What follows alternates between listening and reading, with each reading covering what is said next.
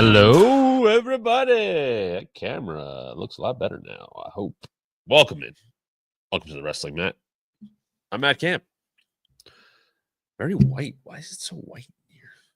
You wouldn't know that if you're listening on the podcast, but I'm just telling you here, I'm a little washed out. Let's mess with some light.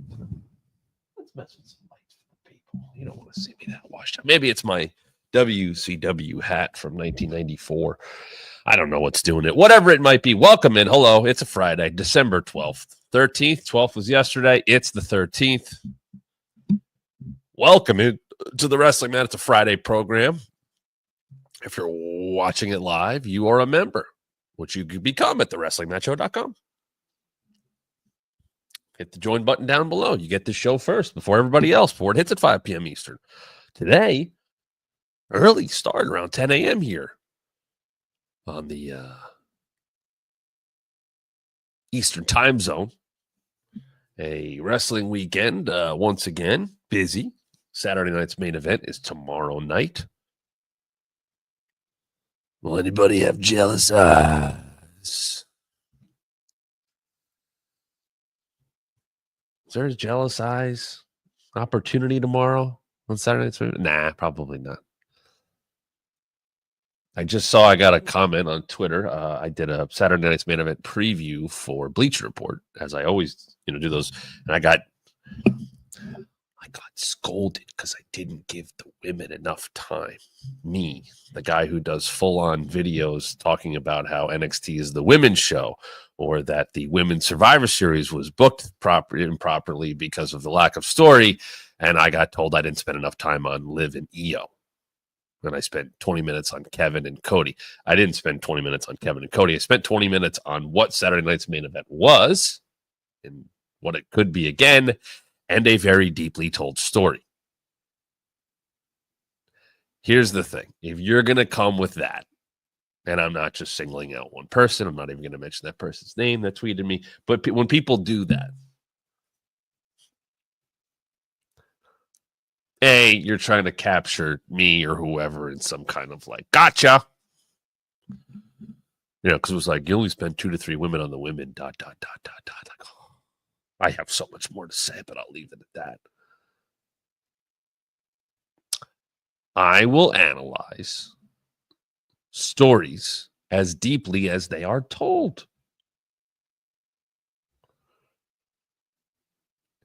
If I had, and by the way, we very well could, a women's story with depth, it will get a lot of time. Any story with actual depth and care can be analyzed as such. Cody Rhodes and Kevin Owens is very layered and very deep. And for one of those men, it goes back many years. Hell, for both of these guys, it goes back a long way. If you really want to dive in everything, Io versus Liv is not a deep story. It's not supposed to be. It's still kind of a backdrop to Io and Rhea. When I have something to sink my teeth into, no matter what it is, I will cover it as such.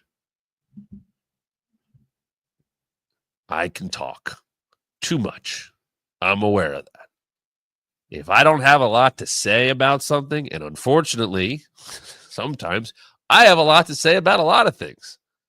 If I don't, it has nothing to do with gender.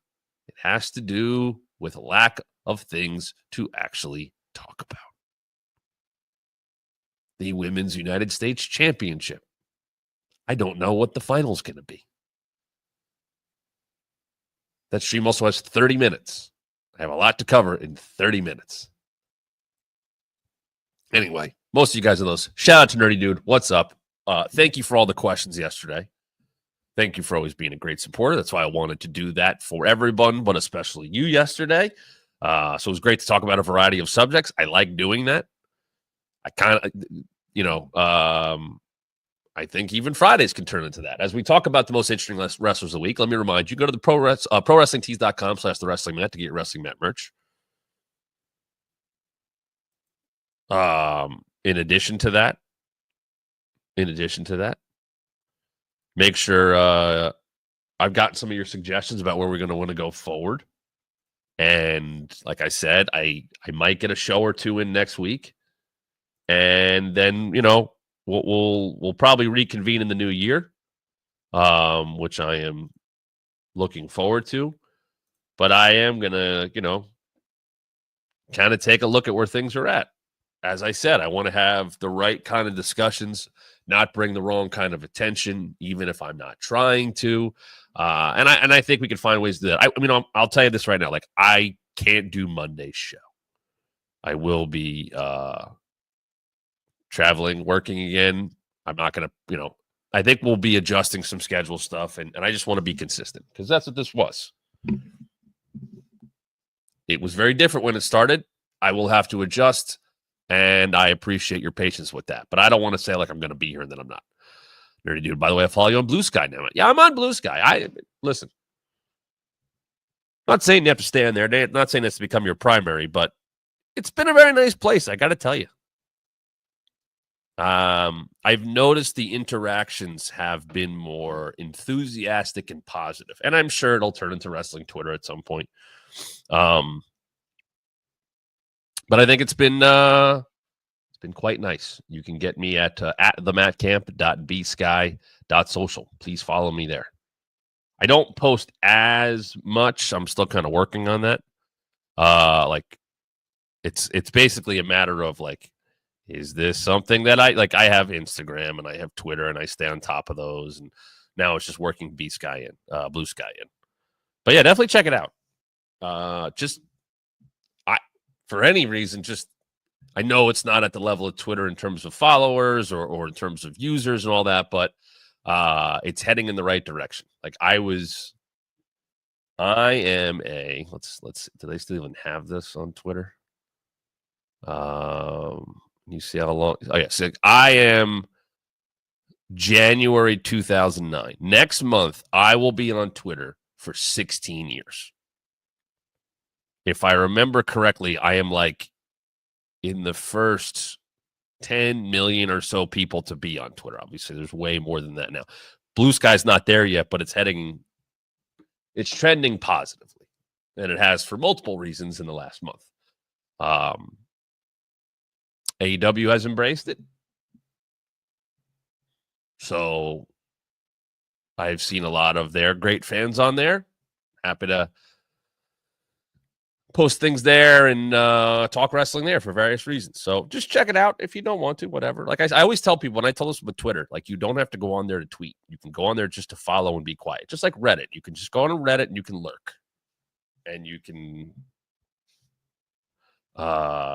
watch what's going on and jump in when you want to. Nerdy Dude said, like you, I enjoy Blue Sky more because the discussions are more open. And you can weed out crap. And you're not being fed garbage you don't want in your feed. Also, you can tweet a YouTube link and it doesn't get like hidden by the shitty Twitter algorithm, which has since been admitted by the goof who runs the whole thing. Well, yeah, you put the tweet after, put the link. Like he admitted that if you put a link up, and I'll get away from this in a second, sorry. If you put like a YouTube link up in a tweet, it will get pushed away. Like it won't get fed out like you want it to, basically. The people you want to see it, not as many will see it, and that's because they don't want people going elsewhere. Stupid. So I hope Blue Sky takes off for more transparency and not being pushed in directions. Because believe me, the guy running Twitter is doing that. Whether you like him or not, that's what's happening. You might like what directions you're being pushed in, but that when you can't put something out to the people you want to put it out to, there's a problem. So follow all of our socials. The Matt Camp on Blue Sky. Just search for me there. I know it's the longer handle. They do have to work on that. They should shorten up the handles. Blue Sky, Twitter, Instagram. Wrestling Matt on Twitter, Instagram. We'll figure out Blue Sky if we want to. It is the most interesting wrestlers of the week. Love to know what you guys think about this. Wrestlers, matches, storylines. What up, B May? Good to have you here this morning. I'm going to start with Darby Allin. I thought the promo he did, the sit down with Tony Schiavone, was pitch perfect. I'm not a huge fan of baby faces running into danger, but sometimes, hell, this is reality of the world. You get that angry about something, you're not thinking straight, and you want to take them out by any means necessary. And if it, you see what happened to Orange Cassidy. I get that. You see Darby talking to Tony Schiavone, and hey, I picked the wrong fight sometime. The punching him. I had a very, I don't know if it was intentional or I don't know if it's a cliche comparison, but him punching himself and making himself bleed connected with me like a Mick Foley promo. Hey, I know I'm not like everybody else. I handle things in a different way. I like the pain. I like the fights. That's Mick Foley. I'm surprised, and I'm not going to pretend like it hasn't been brought up. I certainly haven't done it. I think I've gone more of the Jeff Hardy comparison with Darby Allin. And there is an element to him that exists in Darby. That enigma that I'm not going to be like anybody else, and I'm going to do stuff that might scare people in or out of the ring, but I am very much uniquely me. And there is an attraction and there's a magnetism to being that way. And it's very genuine with Darby. But I watched that promo and I went, that's Mick Foley. And once again, it's Darby. This is all who Darby is. Whether he is or isn't influenced by these people. Because we could make all these comparisons. And it's, no, I just do that. It happens to be that way. That's happened. I've seen it happen to some Mexican wrestlers of like, somebody gets, I think, like, I can't remember who it was, but was like, oh, you must love Eddie Guerrero. And he's like, no, actually, like, he wasn't one of my favorites. And then, like, people are like, how dare you? He's one of the greatest Mexican wrestlers of all time. And it's like, it's not for me. It's not. And that's okay. I don't know if Darby's influenced by anyone specifically.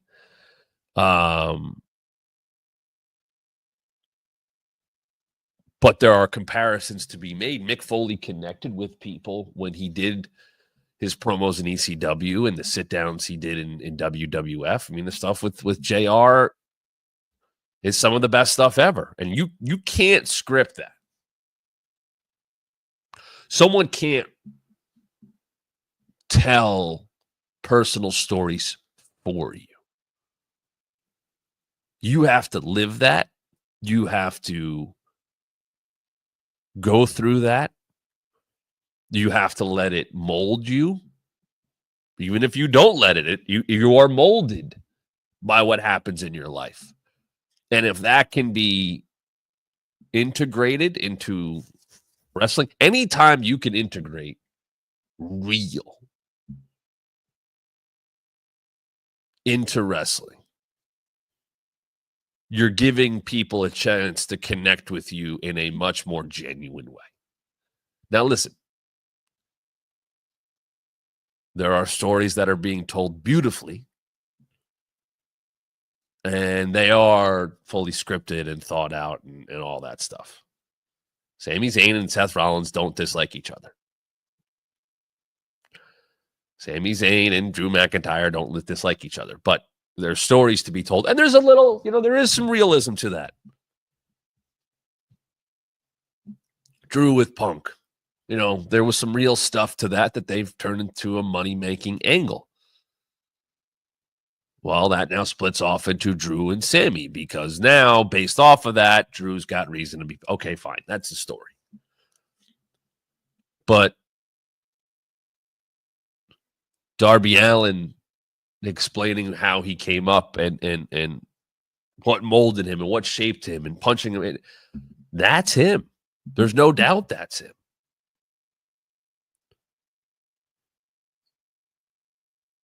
Mick Foley jumping off his friend's roof as Dude Love and always wanting to be that heartthrob wrestler. And he's not that. He wanted to be that. He's not that. Look what he turned into instead. That's what molded him. He still wanted to do wrestling. He gave himself a character. Yeah, sure, Dude Love did come to life in a very different way in multiple iterations. But that came from somewhere. It got completely spotlighted and magnified and was not, Michael Foley jumping off of his friend's roof. That wasn't the Dude Love we saw on TV, but that's where wrestling takes it, makes it bigger. Darby Allin, going back to the indie days, I mean, this is him. And sure, he's working for a bigger company now, and it allows him to do, bigger things. And you can crash a car into another car. But he did that. That's Darby. I enjoy Darby getting to cut that promo during the tournament because it is acknowledgement, as Tony Schiavone said to him, of the other things that are going on. But at the same time, he wants to win the tournament. He has not faced Claudio yet. What's that going to turn into? Claudio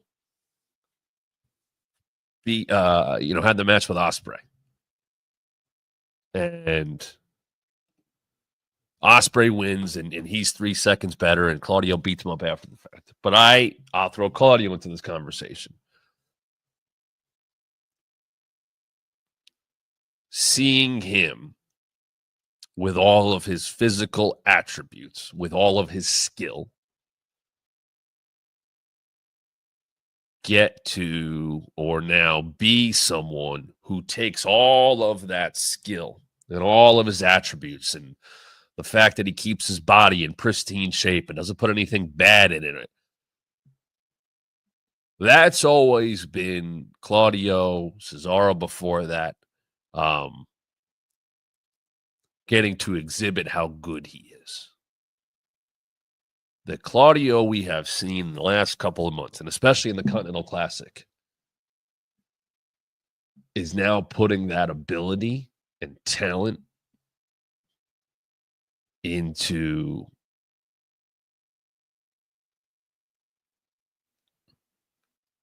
fierceness, into aggression. Now he's basically, hey, all that stuff you've always done well, that's all still happening. But now you're going to take all your physical gifts and ability and technique, and you're going to use all of it to do whatever it takes to win and take people out and be brutal. You could definitely have classified whether he was Cesaro or Claudio, like there was, in football, in soccer here in America, it's called the beautiful game, which a lot of people know. To me, when you saw Claudio wrestle, it was the beautiful wrestling. Everything he did looks good. No matter who he wrestles against, it looks great. His matches will not let you down. Obviously, more influence or more intrigue based on stories or anything like that, but he ain't going to have a bad match. But it's so perfectly done. I'll give you a comparison. For many years, this is not an international comparison. I get a little bit. I'm a Mets fan, as many of you know. The Mets got Carlos Beltran back in the early 2000s.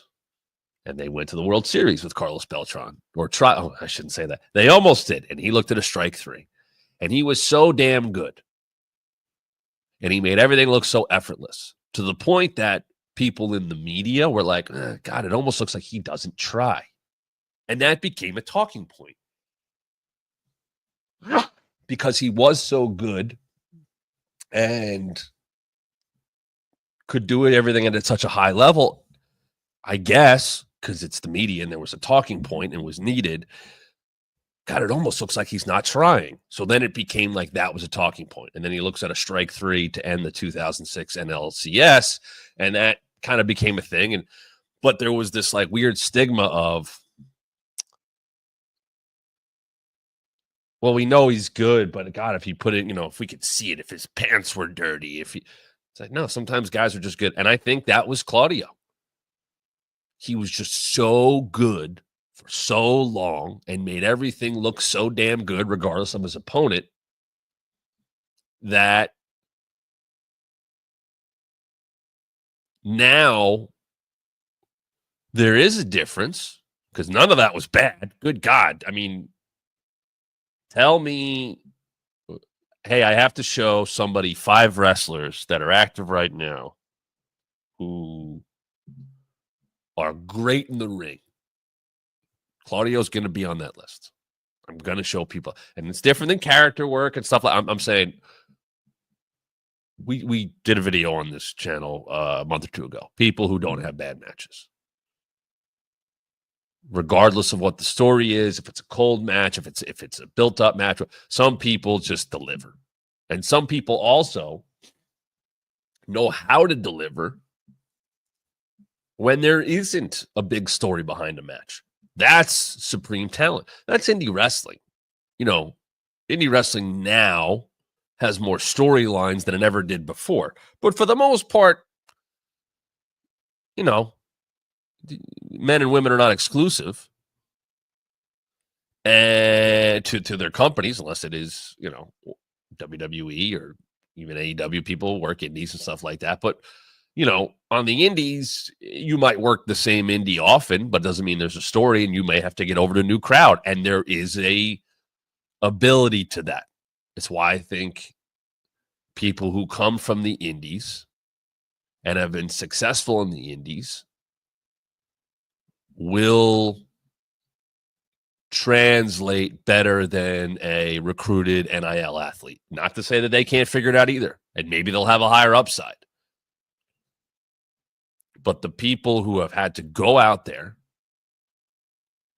for a lot of their career and get themselves over anew. That's what indie life is. You might have a reputation, and you might be, if you're a big indie wrestler, sure, you've kind of figured it out. But there is an element of that if someone hasn't seen you. You don't have that machine behind you.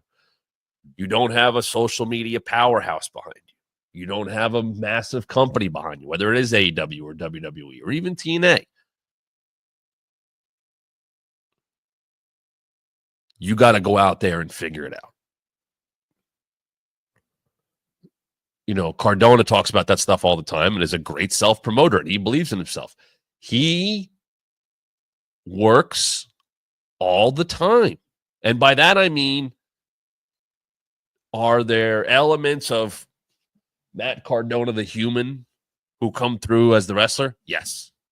Can he share his love of figures and make it part of his career and come out with the, major bendies, and we get stuff like this? And has he turned that into a revenue? Yes. But that guy knows that, hey, I got to cut a promo for this show. Who, what, where, when, and how. Why, all that stuff. I got to promote it on social media. I got to go sell my merch. I'm going to talk some trash on Twitter to make this stuff work. And he's done that. He's done that with some recent stuff. He's wrestling Chris Jericho at Final Battle. Saw it on Ring of Honor last night. Locked in. Going to happen. Going to see him against Brian Keith on Rampage tonight. He's wrestling for Fourth Rope or did whatever the hell it was. He's still in TNA, I guess, in a way, or I don't know, maybe not. Because even a guy like that, who had a decade plus in WWE, will tell you that his best work has come in the last 5 years because he's had to reinvent himself and put it on himself. And he will do it. If there is anyone currently who is an active indie wrestler who could coast, it's Matt Cardona. And he doesn't. And there is a hustle that he had before WWE, within WWE, after WWE. I guess we're kind of he is on the most interesting wrestlers of the week as well. He's a hell of an example. I didn't know. I didn't know he was showing up to confront Chris Jericho. I'll tell you what. As a fan, I think it'd be cool if he won. Here's something I'll tell you. Zack Ryder could not have believably stood across from Chris Jericho. They weren't on the same level. Nobody would have perceived them on the same level. Cardona would probably tell you that. He'd want to be on that level. They were friends and all that. But in terms of like where they fit in wrestling hierarchy in the fans' eyes, no. And yet, when it's happened in the last couple of weeks, Cardona might not have the Nueve. He might not have the resume in terms of championships and top championships. But that doesn't matter to him. In fact, that fuels him. That fuels his desire. I should be on all these shows. I am working that hard. Matt Cardona shouldn't be outworking the indies. But he is. Because it's his choice. And because no one's knocking him off. No one's pushing him. The way I think, whether he tries to do it or not, he's pushing everybody else. He says a lot of things that make a lot of sense. And he's reaping the benefits of it. And I think there is definitely something to that as we bring it back to Darby here. Then you had to live that mentality, whether it's because it was your life, it was your career, and your career became hustling on the indies. It's going to make you better. Look, the majority of people don't make it from the indies. I see stuff all the time that I go, oh my God. I see stuff and I go, I don't think that has a chance in hell. And maybe I'll be wrong. Maybe I'll be right. And I'm glad that people are pushing their hopes and wants and beliefs. A lot of them are not going to make it to the point where wrestling is going to become a reliable income. Believe me, I've been through that. It's tough. It's a grind. But when you've been through that grind and you make it, you have that to play off of. It's why I think you see someone like Darby Allin and you see how hard they work and you see how they've taken their life experiences and their wrestling experiences and all that stuff and have added to who they are when we see them. What we saw in that promo. The attitude he is taking towards Jon Moxley and the Death Riders. It's all connected.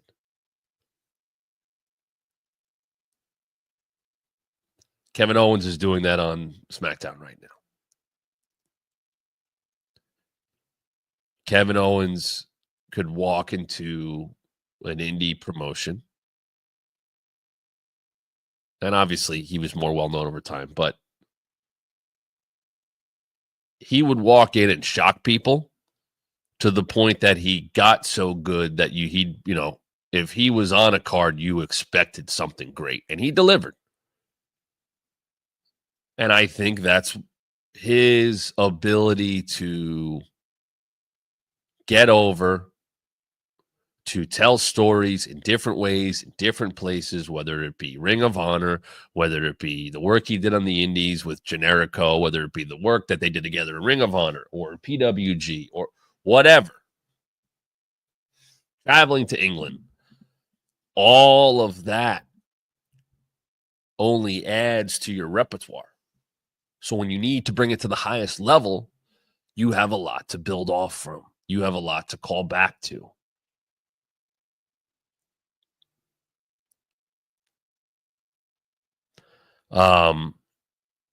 And as a result of that, there's a comfort level in what you do.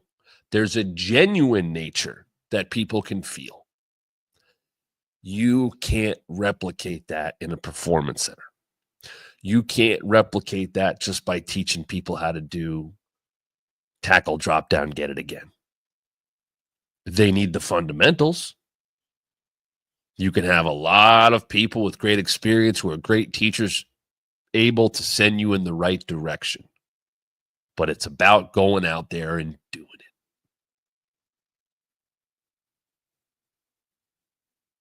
Having that indie experience while also willing to be coachable and moldable and willing to listen.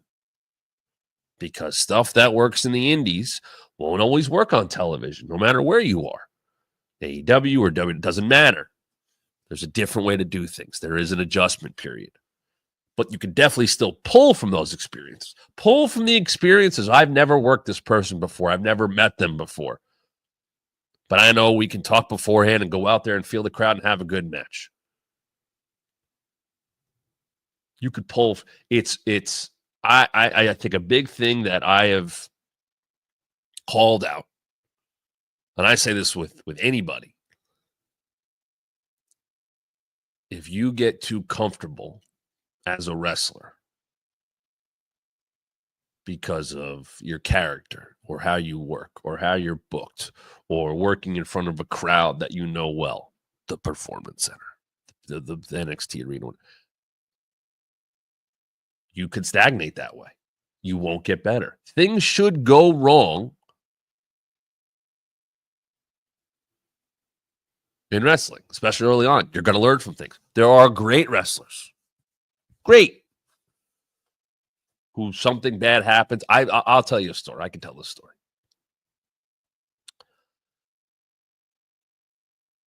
And this is what the mindset should be. Not to the point of obsession, because I know people get this way as well. I go to a house show years ago. Long time ago. TNA, I'm in the TNA locker room. I'm friends with a lot of those people. I've talked about that here. So they're running shows in Maryland at Cal Ripken Stadium. You know, a half hour from Baltimore. And the next night, they were going to run another baseball stadium in Brooklyn, New York, where the Brooklyn Cyclones play in Coney Island, the low-A team for the Mets. So two house show weekend, but Sting was on the shows, and he wasn't, he had veteran status. He wasn't working a lot of house shows. That's a big draw. Believe me. Look at what Sting's retirement did for AEW. Like, people, that there is a level of stardom to Sting amongst that locker room that he was above everybody, and that's fine, as he should be. I mean, I'm wearing a hat from his prime era, kind of, which is 30-something years ago. Or one of his prime eras, because let's be honest, he's still great. But Sting was on that house show. And listen, he ain't working WrestleMania. He ain't working a major stadium. He's not working a big TV. It's nothing like that at all. If Sting wanted to play the hits, wrestle in a T-shirt, whatever, would have been great. And sure, he wrestled in a T-shirt all the time. I'm not talking about that. He has enough cachet and respect of, Stinger, what do you want to do tonight? You got it. Whatever you say, brother. And he wrestled, I don't remember if it was a tag or whatever, but I know it was him and Bobby Roode. So the match is over. And I didn't see it. It was raining. I for whatever reason, I didn't see the match. And they came back through and they were discussing something that wasn't clean or crisp at the end of a match. And it was like a sharpshooter or Scorpion Deathlock reversed to a figure four, something like that. And they weren't happy with the execution. I could tell they were, as pros do, especially those two guys, an all-time great like Sting and a perfectionist, a fundamentally sound, excellent worker in Bobby Roode, something happened. And because of their care of the craft on the floor in that locker room, they redid the spot. Whatever it was, some kind of reversal. And I looked and I said, wow. Because jokingly enough, before his match, I was in the bathroom and I didn't know Sting all that well. He knew of me and we shared some stories, but if I saw him today, I don't know if he would remember me necessarily. But I watched him. He was putting the paint on and he kind of joked, it's like, oh, I'm too old for this stuff. And I knew what he was saying. And it was very tongue-in-cheek and funny. But there was that guy, the biggest star in that locker room, who people just wanted to hear his entrance. Woo! See the bat, see the face paint, get a Stinger splash, get a Scorpion death drop, get him to fight one off. And they wanted the hits. They would have been happy with the hits. And yet, because of his care for his craft, nobody knew this, but he gets back in there with Bobby Roode on a house show and goes, hold on, what did we get wrong? And that is a mentality that I looked and I went, okay, that separates. That tells you who Sting is.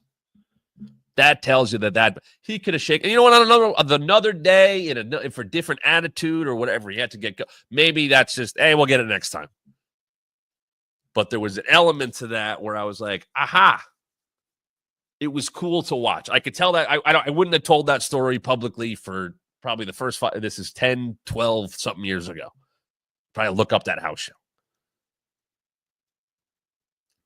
But that was Sting that deep into his career on a house show in Maryland that no one will remember other than the people that were there saying, we could have fixed this. And you know what? Sting, to the original point here, because as I said, I talk too much and go on tangents. Sting learned from some kind of mistake or miscommunication in a house show on a random Friday night in September or August or whatever the hell it was. Sting. That's my whole thing with getting out there and working, because you want to go out there and be uncomfortable. You want to go out there. Not you want to, but it will help you. Throw them in the deep end. Hey, you have a 10-minute match. Actually, now it's 6. Okay, well, what do we do? But we talked about all those things. We rehearsed it. Well, we'll figure it out there, kid. The indie workers who have done it, they'll be fine with that. The people who get training in the performance center, who rehearse so much, who are in a very homogenized, safe environment. And this goes, I'm not trying to pick on the PC. This goes for anybody who doesn't have that experience. Like, that's anybody. You might have gotten an AEW TV, without a lot of indie matches, or TNA, and then sometimes it's on full display.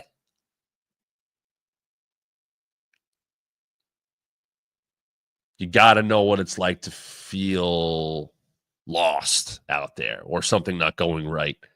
And how do I handle it? And maybe the first time that happens, or the first 10 times that happens, you don't figure it out. You do look like a deer in headlights out there. But the next time, you do figure it out. You do know what to do if something goes wrong. Hey, they're not going with this. We need to pivot. I know how to do that. You're only going to do that by being out there.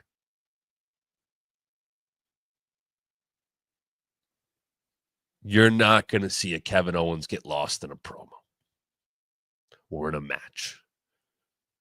It's why if he ever has a stinker or something doesn't go right, it's so much more noticeable. I remember, because being around this feud. I've seen Kevin and AJ Styles wrestle multiple times. They had a match, if I remember this correctly, it was Battleground in Philly. I think it was like the flag or chain match with Rusev and Cena and New Day and Usos had a great match. It was the Punjabi prison when Khali came back. And AJ and Kevin, there was a bad it didn't work. And I think, if I remember correctly, like months prior, I had seen them, maybe even in that same building, have a match prior to WrestleMania, and they were fine. I know they can have good matches, but for whatever reason, it didn't click, which is pretty wild. Kevin Owens and AJ Styles, two guys I would put in the category of, if you put them out there in a hot or cold match, they're going to give you something damn good. They just didn't have it. I feel like, who's another one? Like Taker and Kurt Angle, like they had like a weird mesh. I've said that about Cena and Orton forever. I don't think it meshes. And believe me, it may next year if they get back to it. And I think everybody from a nostalgia standpoint would like to see it. I never thought Cena and Orton had the chemistry or meshed like you would hope they would as they were presented for a time as the top heel and top babyface. I don't think people point back to that. I think if you had asked anyone when those two guys were coming up, will they be their greatest rivals? Man, they're going to do some great things. Like, you can see that sometimes, right? Ahead of time. People keep talking about Obafemi that way. And matches he's got Obafemi and Jacob Fatu and blah, blah. Sure. You see it. You get excited about it. You know there's a lot there. You know there's excitement for that.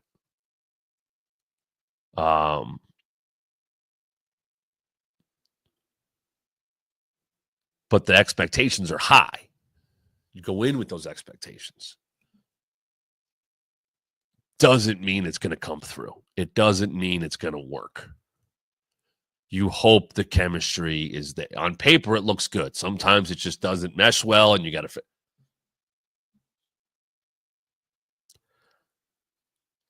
I know Tanahashi and Cena has been a match people have hoped for. And I always went like, that's the same guy. I talked about him yesterday. It's kind of the same thing. I don't want them going up against each other. John Cena and Randy Orton seemed like the right kind of foils, and they didn't. I don't think anybody calls up like, man, all those great Cena Orton matches. They might have had one or two, but they didn't have as many as you would have thought. Cena's had better feuds with Kevin Owens. Cena's had better feuds with CM Punk. Cena's had better feuds and better matches with who else would I throw in that equation? I mean, him and Danielson, they didn't do that much though. But my point is, like, Cena had better stuff with Umaga. He had better stuff with Edge. That's not saying anything crazy, but like his stuff with Orton, it just didn't get where you would hope. And maybe that's booking. I think if they met again next year, where they're both at in their career, for hell, that's a massive match. Sometimes that doesn't work. Some people don't mesh. Here's what I look at in some of that. Bryan Danielson, weeks after winning the WWE Championship, when I guess he beat AJ, right? He kicked him lower.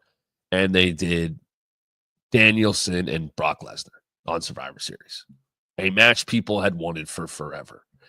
And for that night, even though he was a recent heel, for that night, you saw what I watched Bryan Danielson, the American Dragon, wrestle Brock Lesnar. But I also saw Daniel Bryan wrestle Brock Lesnar. And by that, I mean, I always thought one of the biggest attributes to Danielson in WWE was embracing the underdog mentality, embracing taking a beating and fighting back from it, and making that part of who he is. On the indies, yes, he did that, but also he was regarded as this master technician and maybe the best wrestler in the world. So because of the recognition and respect he had, it wasn't as easy. And sure, he wrestled on an eye patch and he got injured and all that stuff, but it wasn't as easy. And also think of like his character at times. I have till 5 and he's cursing people off and stuff like that. But he's not going to be able to find the same kind of sympathy on the indies as he would when he's in WWE and everybody's pretty much bigger than him. And he hasn't been presented as this ungodly wrestling talent. He's boring. Think of how he was presented in NXT, and he's an underdog. Well, guess what? You want to make money in this business, you get the people behind you as an underdog, and then you finally pay that off. That was him, to me, evolving his game. The skills were there. He could wrestle anybody. He can wrestle anybody of any size. How do you get people to care about that more? Well, I got to play the underdog. I got to take a beating. And Brock Lesnar beat the dog shit out of him in that match. Whooped his ass. And no, it probably wasn't the best time to do that match. But they still executed it damn well. Nerdy Dude just said, I love Brock versus Bryan because keep in mind he was a heel. Keep in mind he was a heel then, and yet the audience cheered for him regardless. Yes, because it was almost like everybody agreed, hey, we've waited for this. We've wanted to see this. I know he just kicked AJ in the balls 2 weeks ago. I'm cheering for him against Brock.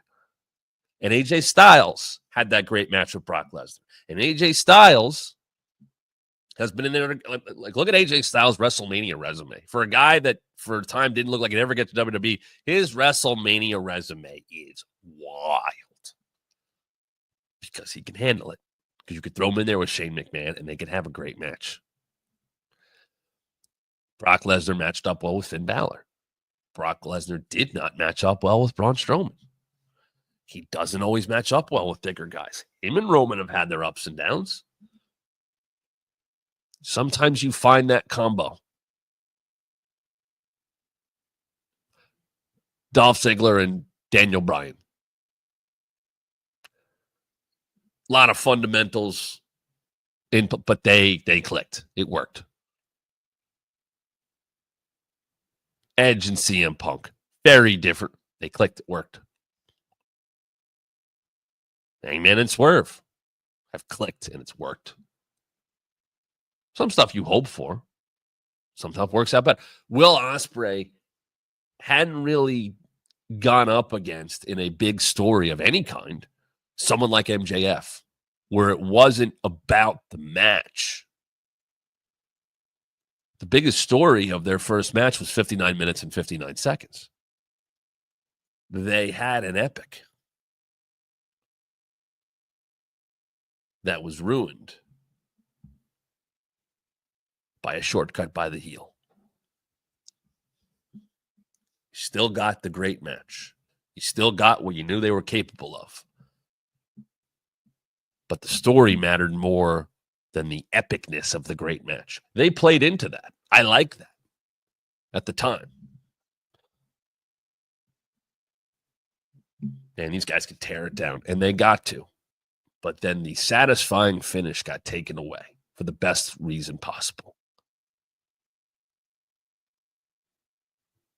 MJF was willing to use the Dynamite Diamond Ring. And he did. That would have to lead to Will Ospreay being willing to use the Tiger Driver. And he finally did. And he got pushed by Danielson. But he did. And that was such a great story because of where MJF is at already in his career and in AEW and established as a top guy. And not that Will wasn't, but they went through a good couple of months story and it made Will better. And it got people behind him in a different way than him having a great match. This show's kind of going all over the place today. That's okay. So yeah, some of the most interesting wrestlers of the week. Eddie Thorpe has been brought up.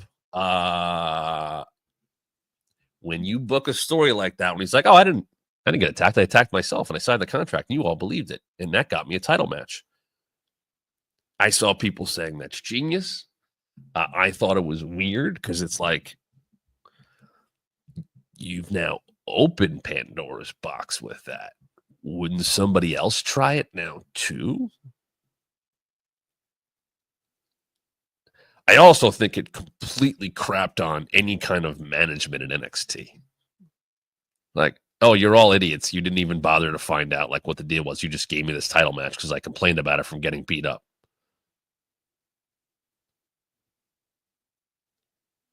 And Ava had to stand there and eat that. That was, hey, you're incompetent. Thanks.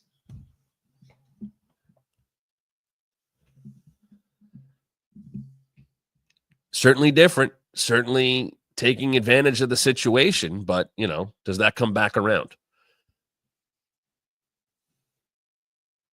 We will see. Saturday night's main event. I asked this question on my stream yesterday. Does any title change hands? How many? The world, women's world, the men's world, the women's world, men's WWE championship, all being defended on the show. And then you have United States championship for the women. We're going to get the first champion there. Let me read a couple of these comments before he calls it out. Matt, I have a question. So last week was the Battle Royal for the Dynamite Ring, which both Adam Cole and Kyle O'Reilly won. So they had their match for this week. Cole won. In that theory, Cole won the ring. So they changed it. The final two end up in a match. It's a battle for the ring. But ever since that, the ring has been defended by MJF since then. So you got to get to the final two. You got to win that match. Then you got to win it from him.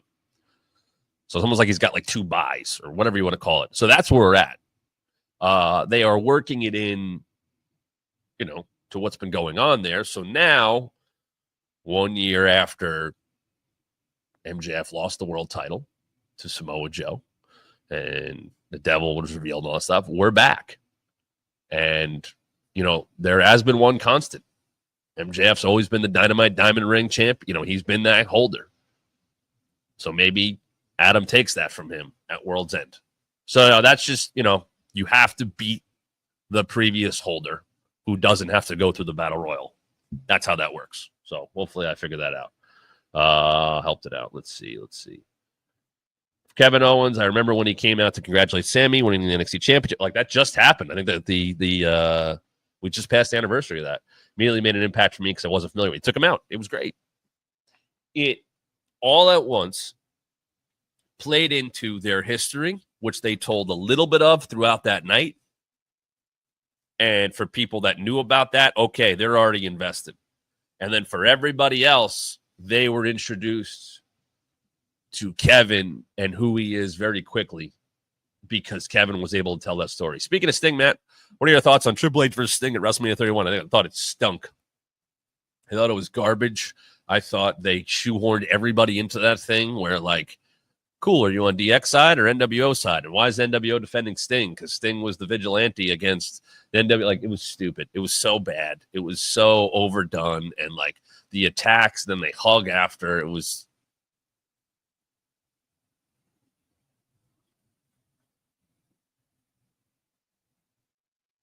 It didn't make any sense. It was dumb. Thank God Sting had his run in AEW and still gets to do stuff there. I hope EO wins the belt from Liv. Yeah, I want to see what they do. I know EO did something with Rhea on social or whatever. I don't know. I want to see if they do. See if Kevin wins tomorrow. That's really the only one I'm kind of looking at. Rampage tonight. We'll be talking more about that. Continental Classic continuing. Okada and Beast Mortos. Hello. Jamie Hayter and Willow Nightingale for the shot at Wrestle Dynasty or the spot at Wrestle Dynasty in the four-way. I will not be here Monday. I'll give you that heads up now. I have to go do some more recording. So I will be back Tuesday, I believe. Might get a show or two in next week before we go on break for the rest of the year. So nothing back Monday, but I will be back on Tuesday to talk about wrestling even more right here on the Wrestling Mat. Thanks, everybody. Have a great weekend.